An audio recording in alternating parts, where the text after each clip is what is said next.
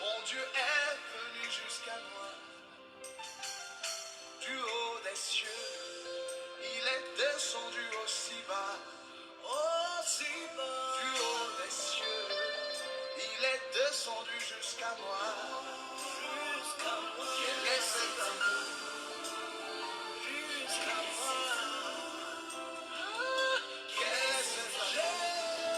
Je vous salue dans le nom précieux de notre Seigneur Jésus-Christ. Que le Seigneur nous bénisse abondamment. Que le Seigneur soit avec nous, mes bien-aimés, les amoureux de la bonne parole. On est toujours là, moi, votre bien-aimé, l'évangéliste Jérémie Kilouanzi depuis Paris. Que le Seigneur nous bénisse abondamment. On va continuer notre thème qu'on avait partagé tout au long, depuis le mois passé jusqu'à maintenant. Peut-être par la grâce de Dieu, aujourd'hui, on mettra un point virgule. Mais si Dieu nous permet encore, on va revenir plus tard pour rajouter encore pas mal de choses. Mais aujourd'hui, ça sera un peu comme une dernière séance, mais on mettra un point virgule. Avant de commencer, nous disons toujours un grand merci à notre Seigneur, puisqu'il est là, il nous soutient, il nous donne la bonne santé, la paix, et on est toujours là pour partager sa parole. Nous disons un grand merci à notre Père Céleste. Prions. Éternel, nous te disons merci. Nous croyons que tu es là pour nous, et tu es là pour nous fortifier, pour nous soutenir à marcher selon ta parole. Ouvre notre intelligence, aide-nous à obéir à ta parole. Au nom puissant de notre Seigneur Jésus-Christ, nous prions et nous disons Amen. Shalom, mes bien-aimés dans le Seigneur. On est toujours là pour partager la parole de Dieu. Que le Seigneur nous bénisse abondamment. On est en train de parler sur les envoyés de Dieu. Prenons nos textes. Exode chapitre 3, le verset 14. Dieu dit à Moïse, je suis celui qui suis. Il ajouta, c'est ainsi que tu répondras aux enfants d'Israël. Celui qui s'appelle je suis m'a envoyé vers vous. Donc on a essayé de marcher tout au long pour expliquer qu'un envoyé ne peut envoyer encore. Donc lui, il est envoyé. Quand un envoyé, il vient au nom de celui qui l'a envoyé. Mais un envoyé ne peut jamais parler de son propre corps, de son propre œuvre. Donc un envoyé, il va expliquer les gens celui qui l'a envoyé. Donc on a compris que tous les prophètes, quand ils sont venus, tous les prophètes, ils ont parlé qu'au nom de l'Éternel, au nom de celui à qui lui appartient. Donc, c'est-à-dire tous les envoyés, tous les prophètes, ils ont prophétisé au nom de l'Éternel. Mais les choses graves, quand le Seigneur Jésus-Christ est venu, lui-même dans sa bouche, en disant ceci, en disant que c'est le Père qui m'a envoyé. Ce que je suis en train de faire, toutes ces œuvres-là que je fais au nom de l'Éternel. Vous voyez? Mais tout au long, quand on a suivi les gestes de Jésus, on a suivi les mouvements de Jésus selon les Écritures, on a compris que non, comme il parlait en parabole, les gens ne pouvaient pas les saisir. C'est pour cela le Seigneur en disant toujours pourquoi vous ne comprenez pas mon langage. Donc c'est-à-dire le langage de Jésus c'était tellement un langage codé, ça demandait que les gens, l'explication et l'interprétation, puisque Jésus il parlait en parabole. Donc quand on a suivi les mouvements de Jésus, on a compris que non, c'était lui-même Dieu. Il a pris seulement un corps. Il est descendu sur la terre pour nous sauver. Donc aujourd'hui, on va essayer de faire les rappels de tout ce qu'on a vu Et je vais essayer de rajouter un peu et on va prier. Donc, le prophète en disant à chaque fois, même David, si il a dit à Goliath, toi tu viens avec l'épée, les javelots, mais moi je viens au nom de l'Éternel. Et tous les prophètes ont compris qu'il venait toujours, ainsi dit l'Éternel. Répentez-vous. Quand Dieu envoyait ses prophètes, il disait à chaque fois, ainsi dit l'Éternel. Mais quand Jésus est venu, lui, il a tout changé. Ah, on a compris que dans l'ancienne alliance, Dieu ne pouvait pas descendre lui-même pour sauver les gens. Pourquoi? Puisque Dieu, il était éloigné des hommes. Quand on dit éloigné des hommes, Dieu, il était comme un animal sauvage. Puisque un animal sauvage ne pouvait pas demeurer en ville avec les gens. Donc Dieu, dans l'ancienne alliance, il ne pouvait pas communiquer avec l'homme. Il était loin de l'homme. C'est pour cela, comme la loi ne donne pas la vie, la loi qui nous condamnait, mais comme Dieu il avait besoin de sauver l'humanité, Dieu il devait devenir un animal domestique pour permettre à l'homme de s'approcher auprès de Dieu.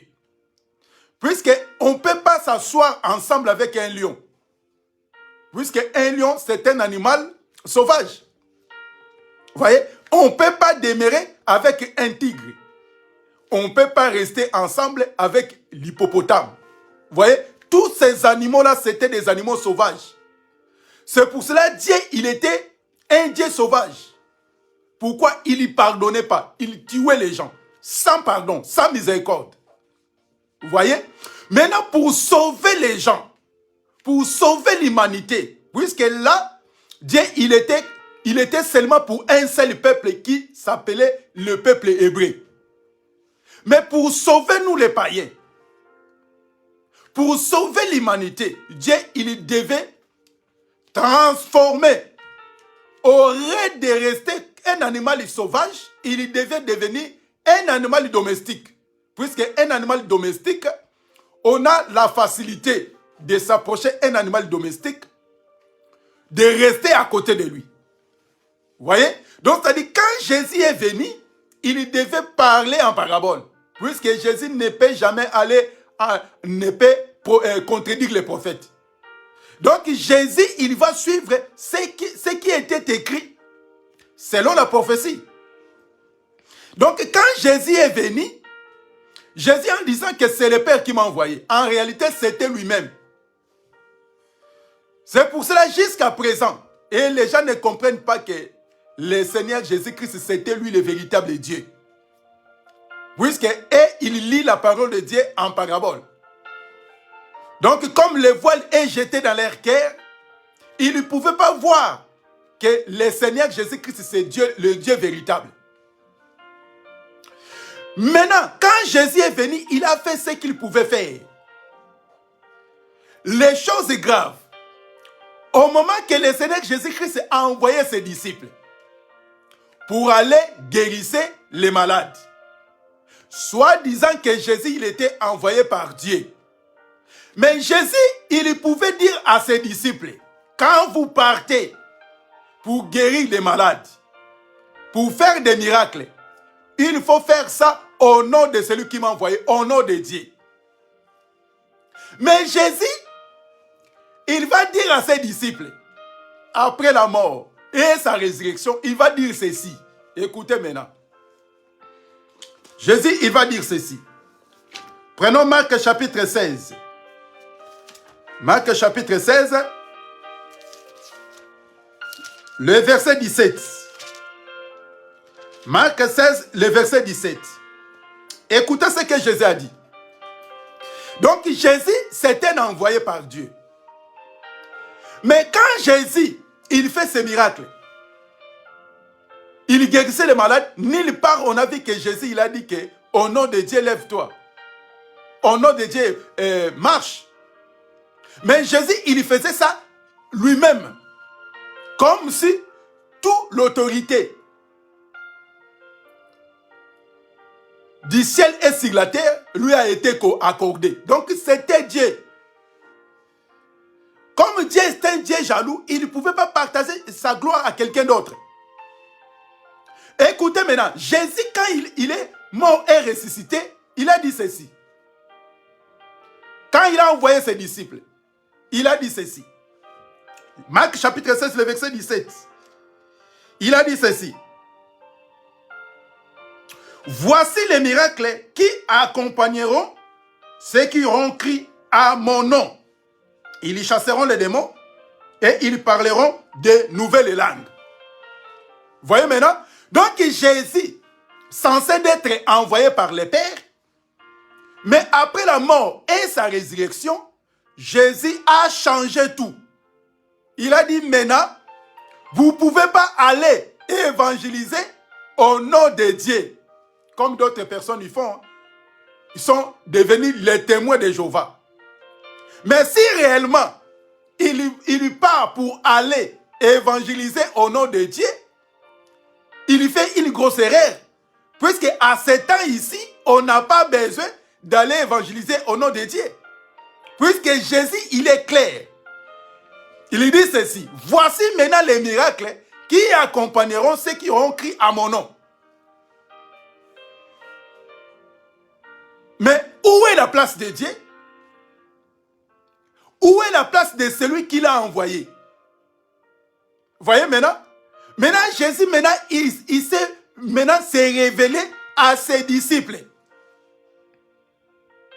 Donc, les miracles qui vont accompagner ceux qui auront cru au nom de Jésus, pas au nom de Dieu. Je suis vraiment très clair là-dessus. Donc, Jésus, il était clair en disant ceci. Les miracles qui accompagneront ceux qui auront cru à mon nom.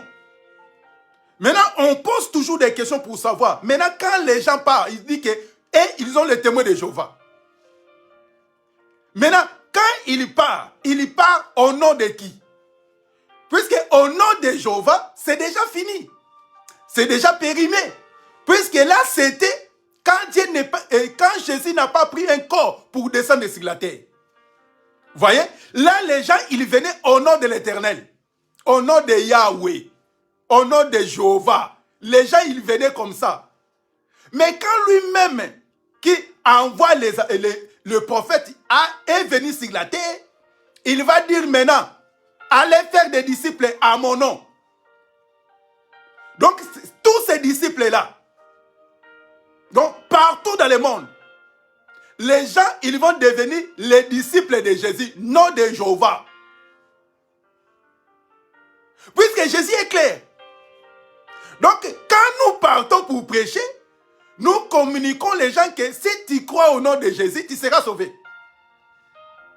Mais si tu crois au nom de Jéhovah, on n'a jamais nulle part, les démons ont peur au nom de Jéhovah. Non. Les démons ont peur au nom de Jésus. Seulement au nom de Jésus, la Bible dit que tous genoux fléchissent. Puisque j'avais dit que je vais essayer de toucher de ça et là, puisque aujourd'hui on mettait un point virgule. Mais on va encore revenir plus tard, si Dieu nous permet, puisqu'on a encore beaucoup de choses à parler. Bien aimé, Jésus dit ceci, les miracles qui accompagneront ceux qui auront cru au nom de Jésus. Donc, c'est-à-dire, tu peux faire les miracles, peut-être tu as des gris-gris, tu as des fétiches, mais les miracles qui accompagneront les disciples de Jésus, seulement au nom de Jésus. Et même quand nous chassons les démons, nous ne chassons pas les démons au nom de Dieu. Nous chassons les démons au nom de Jésus. Donc les miracles qui accompagneront ceux qui auront cru à mon nom, ils y chasseront les démons et ils y parleront de nouvelles langues. Vous voyez mes frères? Donc c'est-à-dire c'est Dieu lui-même a pris un corps. Il est venu sur la terre pour nous rendre libres, pour nous sauver. Même Jésus, quand il n'est pas encore mort et ressuscité, quand les disciples sont partis pour prêcher, dans leur retour, ils ont dit quoi? Les démons ont soumis à ton nom. Oh. Mais les seigneurs censés d'être envoyés, Bon, on peut lire ces passages, hein, pour nous, puisque nous ne parlons pas en l'air.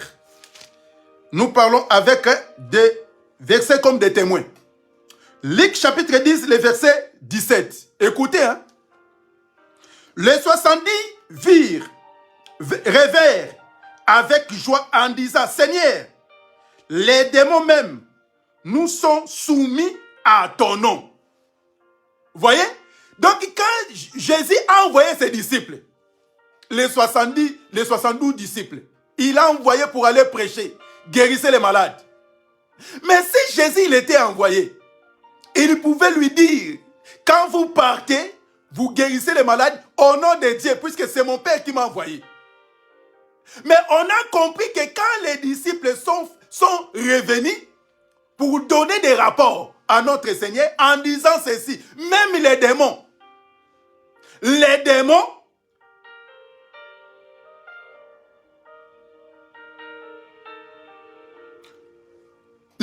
sont soumis à ton nom.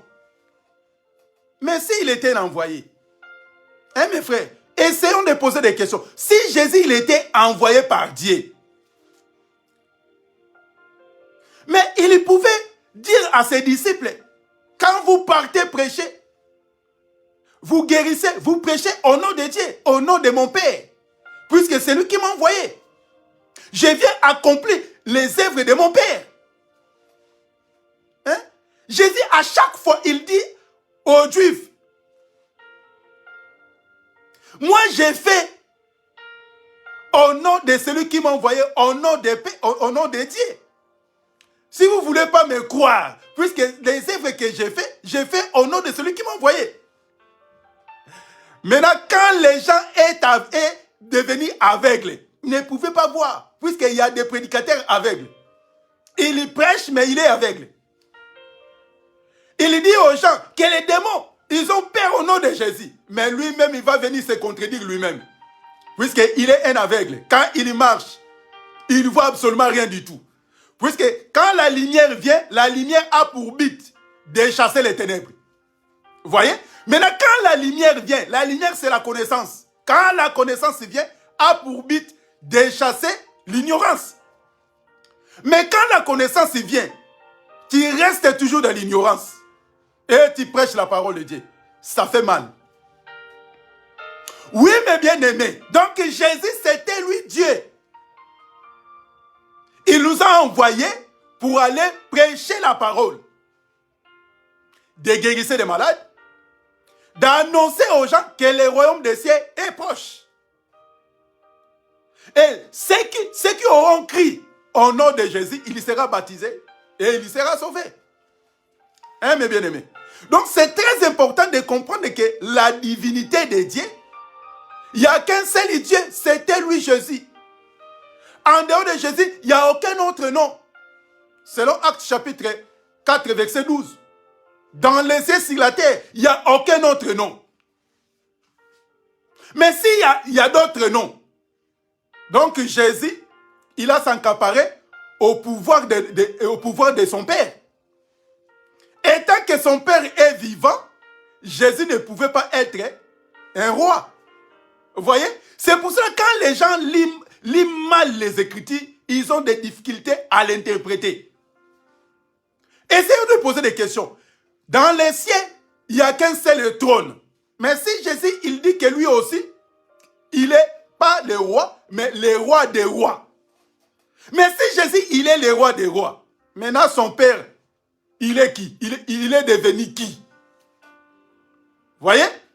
Même la Bible dit que quand Dieu a créé le monde, il était seul. Il n'y avait aucun homme, il n'y avait aucun témoin. Mais si Jésus, il dit que avant que votre père Abraham me fît, moi je suis. Et même votre père Abraham, quand il m'a vu, il s'est trahissé de joie. Oh.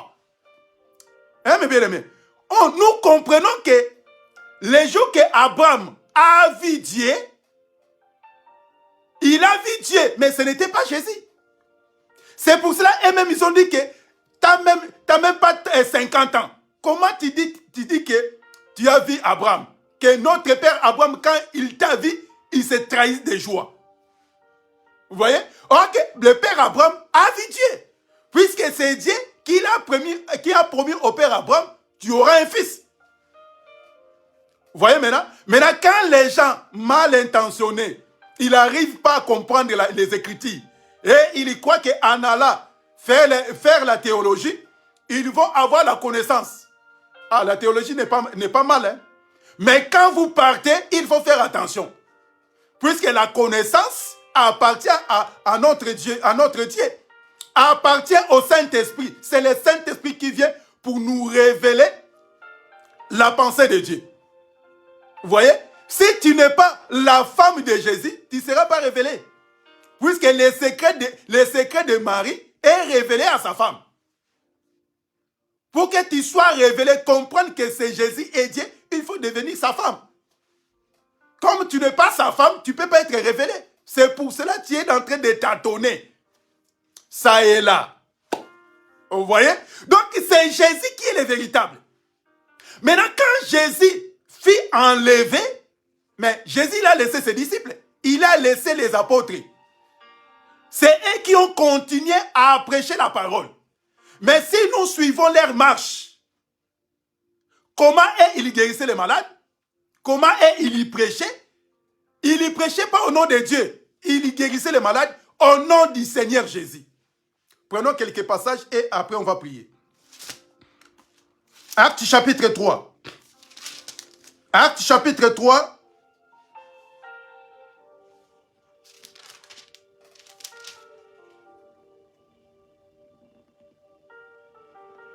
Actes chapitre 3, le verset 6. Vous pouvez lire jusqu'au verset 11, mais moi je vais prendre que le verset 6. La Bible dit ceci. Alors Pierre lui dit, je n'ai ni argent, ni or, mais ce que j'ai, je te le donne. Au nom de Jésus-Christ de Nazareth, lève-toi et marche. Vous voyez? Maintenant, Pierre, il a compris que quand Dieu, le Seigneur Jésus-Christ nous dit, allez baptiser au nom du Père, du Fils et du Saint-Esprit, il lui parlait de lui-même. Puisque si tu n'as pas le Saint-Esprit, tu ne peux pas comprendre. Puisque au nom du Père, du Fils et du Saint-Esprit, c'est un parabole. Mais si tu n'as pas le Saint-Esprit, et tu vas aller faire la même chose. Au nom du Père, du Fils et du Saint-Esprit. Vous voyez? Maintenant, quand les apôtres ont compris que le nom du Père, du Fils et du Saint-Esprit, c'est la personne de Jésus.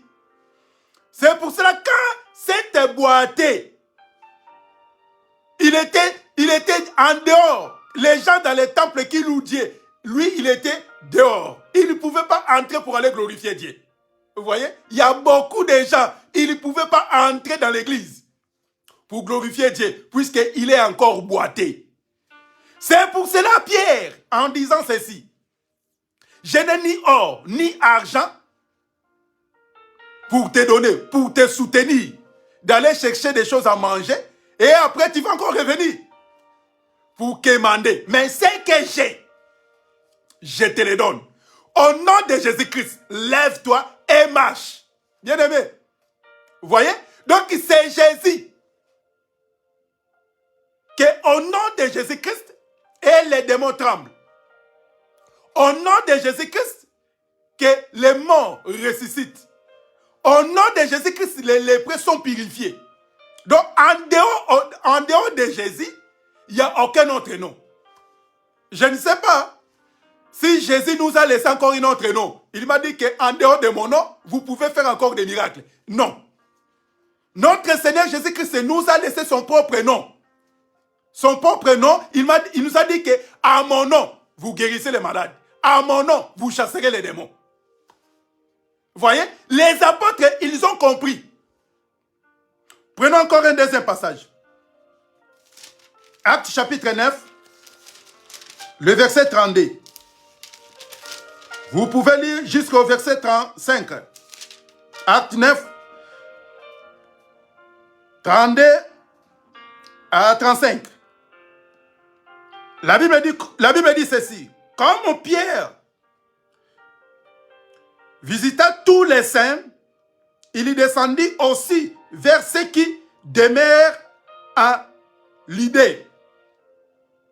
Il trouva un homme nommé Anne, couché sur un lit depuis 8 ans et paralytique.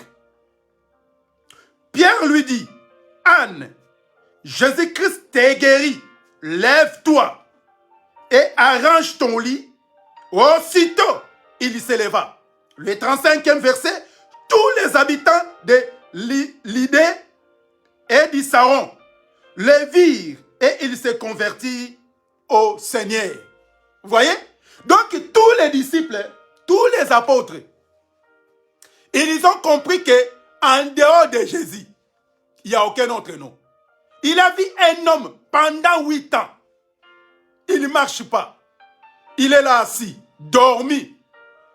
Mais Pierre a vu cet homme. Il a dit que Anne, c'est Jésus-Christ de Nazareth qui t'est guéri. Lève-toi, arrange ton lit et marche. Vous voyez? Donc, ça dit, c'est Jésus. Quand Jésus nous a envoyés, maintenant, Dieu a changé. Dans l'ancienne alliance, il travaillait au nom de l'Éternel. Mais dans la nouvelle alliance, Jésus, Dieu est venu à la personne de Jésus.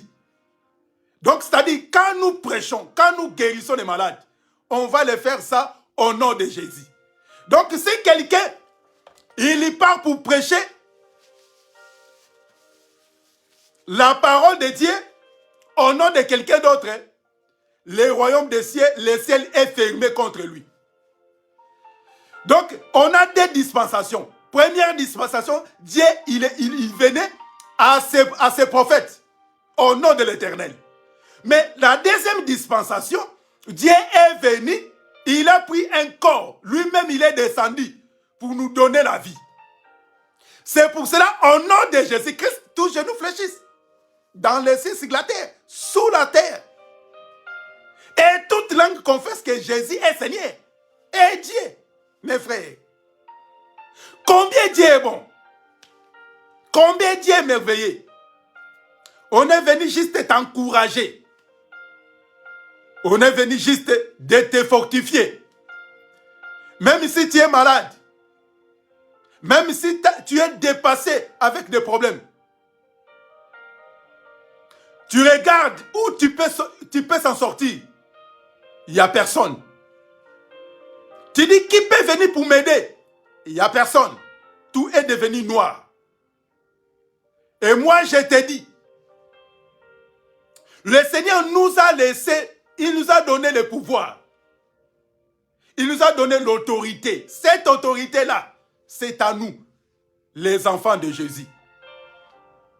Et les démons tremblent au nom de Jésus. Et même si tu ne dors pas bien la nuit, aujourd'hui même, en écoutant cette parole, je sais que Dieu va faire quelque chose dans ta vie. Même si tu es dépassé, moi je te dis que Dieu est merveilleux. Il est là pour toi, rien que pour toi, mes bien-aimés. Dieu a les capacités, le Seigneur a le pouvoir de transformer ta vie en l'instant même. Même si les médecins, les docteurs, ils ont dit que tu ne mettras pas au monde. Ils commencent à compter les heures, les minutes pour ta vie. Puisque bientôt là, tu commences à faire déjà les testaments pour ta vie. Puisque après-demain ou après quelques jours, tu seras plus dans ce monde. Moi, je te dis aujourd'hui, quand tu écoutes la parole, tu écoutes cette prédication, le Seigneur est capable de changer ta vie. Puisqu'il nous a dit que les miracles qui accompagneront, Jésus lui pouvait dire que voici les miracles qui accompagneront ceux qui auront cru au nom de Dieu. Mais il a dit ceci, les miracles qui accompagneront ceux qui auront cru à mon nom. On a compris que c'était Dieu lui-même. Il est venu sur la terre. Mais comme les gens sont devenus des aveugles, ils ne comprennent pas que c'est à Jésus-Christ la vie. Puisque la Bible dit que la vie, pour hériter le ciel, il n'y a qu'un seul chemin. Il faut passer à travers Jésus. En dehors de Jésus, il n'y a pas la vie. Que le Seigneur nous bénisse, mes bien-aimés. Que le Seigneur soit avec nous. On a essayé de faire une longue marche de ce qui concerne les envoyés de Dieu. Quand Dieu t'envoie, il te donne un message. Mais on a compris que quand le Seigneur Jésus est venu, lui aussi, il est venu avec un autre message. Pas ainsi dit l'Éternel, mais en vérité, je te l'ai dit. Je vous l'ai dit, puisque c'était lui-même, Dieu. C'est pour cela que nous disons qu'il y a des grands prophètes majeurs.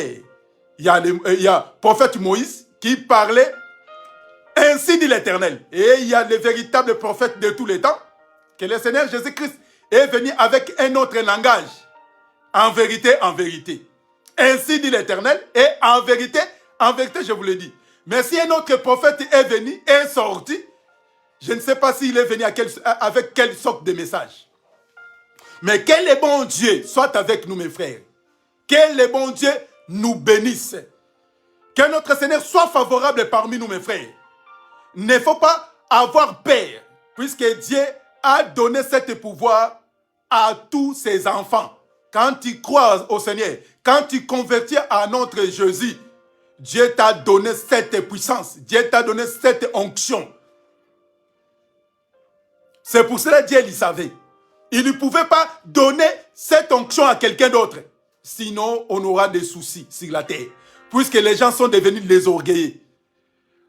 Avant qu'ils prient pour toi, ils demandent d'abord de l'argent. Vous voyez? Maintenant, si Dieu a donné ce pouvoir-là pour aller au ciel, il faut aller voir un tel prophète. Il faut aller voir un serviteur. Mon frère, je te l'ai dit qu'il y aura beaucoup n'iront pas au ciel. Mais Dieu, il savait. Il sait que pour sauver l'humanité, je ne pouvais pas donner ça à quelqu'un d'autre. Il a dit seulement, celui qui croira sera sauvé. Donc, c'est-à-dire, quand tu crois au Seigneur Jésus-Christ, tu as les possibilités, toi-même à la maison. Même si tu es dépassé. Au moment de Covid, on a vu ça. Donc, Dieu nous a interpellés, mais il y a beaucoup de gens qui sont devenus les esclaves des hommes. La Bible dit que ne devenez pas les esclaves des hommes. Au moment de Covid, nous tous, on était restés chez nous à la maison. Et même les pasteurs et même les hommes de Dieu, ils priaient, ils avaient peur.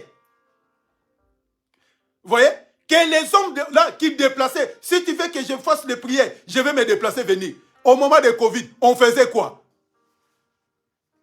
Bien-aimé, c'est le moment, un enfant de Dieu, il faut réfléchir. Il faut poser des questions. Maintenant, si tu appelles ton serviteur, ton pasteur, il dort ou il est au travail, avec ton problème, tu vas mourir avec ton problème? Ok, Jésus, il est là, auprès de toi. Il est là. Juste, tu confesses seulement, tu verras ce que Dieu va faire. Donc, on est venu juste t'encourager, de te donner encore l'espoir. Puisque Jésus est là, rien que pour toi, pour te sauver, pour te guérir et pour te donner la vie. Que le Seigneur nous bénisse, mes bien-aimés. On va encore revenir, si Dieu ne vient pas. On va encore revenir, mes bien-aimés, pour partager la parole de notre Seigneur. Et on peut donner un petit exercice pour aller méditer à la maison. Puisque les gens disent que ce qui est révélé est condamné. Là, je donne un petit exercice, on pouvait aller méditer, si ça se trouve dans quel passage. Puisque même les hommes de Dieu, même les serviteurs, ils disent que ce qui est révélé est condamné. Mais on va poser des questions. Demandez à ton pasteur, demandez à ton serviteur qui dit à chaque fois que ce qui est révélé est condamné. Frère, sœur, la Bible dit, ça s'écrit nulle part dans la Bible. Ce qui est révélé est condamné. Ça s'écrit nulle part dans la Bible. Bon, on laisse un petit devoir, on peut aller méditer à la maison. Si Dieu nous permet, un jour, on va revenir pour essayer de partager cette passage, cette parole que les gens disent à chaque fois, ce qui est révélé est condamné. Mais moi, pour moi, j'ai lu la Bible, ça s'écrit nulle part. Mais on va revenir. Bien aimé, on est toujours là, on n'est pas pressé, mais on est prêt pour partager la parole de Dieu. Que le Seigneur soit avec nous, mais on a toujours des grands rendez-vous. Chaque lundi et vendredi, on a des prières de 21h à 21h30. Donc, on va donner, si vous rentrez dans notre page Facebook, vous verrez les programmes de prière, des réunions de prière que nous faisons à chaque fois, du lundi au vendredi, de 21h à 21h30. vous serez les bienvenus d'assister à la prière. Que le Seigneur soit avec nous. On va se voir encore dimanche prochain. Ce que Dieu nous mettra en cœur, on va venir encore pour partager ensemble avec les élus de Dieu. Que le Seigneur nous bénisse, que le Seigneur soit avec nous. Prions. Nous te bénissons, Père Elohim, pour la parole que tu nous as permis d'être partagée et exhortée dans cet après-midi. Que cette parole prenne place et nous marchons selon ta volonté. Aide-nous à obéir à ta parole. Et beaucoup de gens, ils souffrent. Ils sont dépassés avec leurs problèmes, avec leurs soucis. Et nous croyons que grâce à toi, tu as le pouvoir de donner la vie, de consoler, d'essuyer des larmes. Seigneur, console ton peuple, guéris les malades et donne la vie puisque tu es notre papa. Au nom puissant de notre Seigneur Jésus-Christ. Si tu ne viens pas, on va encore se voir le dimanche prochain ou du lundi au vendredi pour ta gloire. Que ton nom soit béni au nom de Jésus et bénis chacun ou chacune de nous qui a disposé son temps à écouter ta parole. Au nom de Jésus, nous prions et nous disons Amen. À très prochaine. Que le Seigneur nous bénisse. Que le Seigneur soit avec nous. Au revoir.